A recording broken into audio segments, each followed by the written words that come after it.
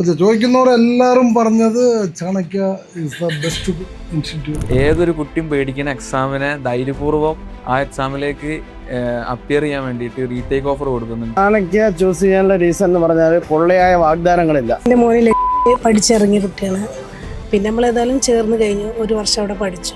First second part അവൻ എഴുതി ഫെയിലായി.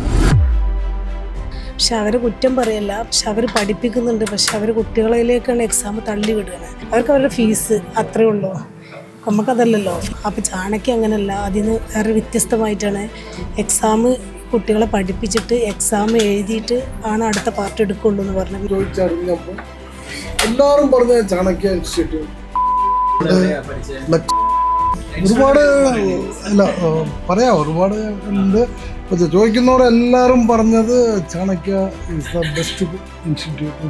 ഫസ്റ്റിൽ അവിടെ പോയിരുന്നത് പിന്നെ മനസ്സിലായത് ചാണക്യ നല്ല നോക്കി പിന്നെ അങ്ങോട്ട് മാറ്റിയതാണ്.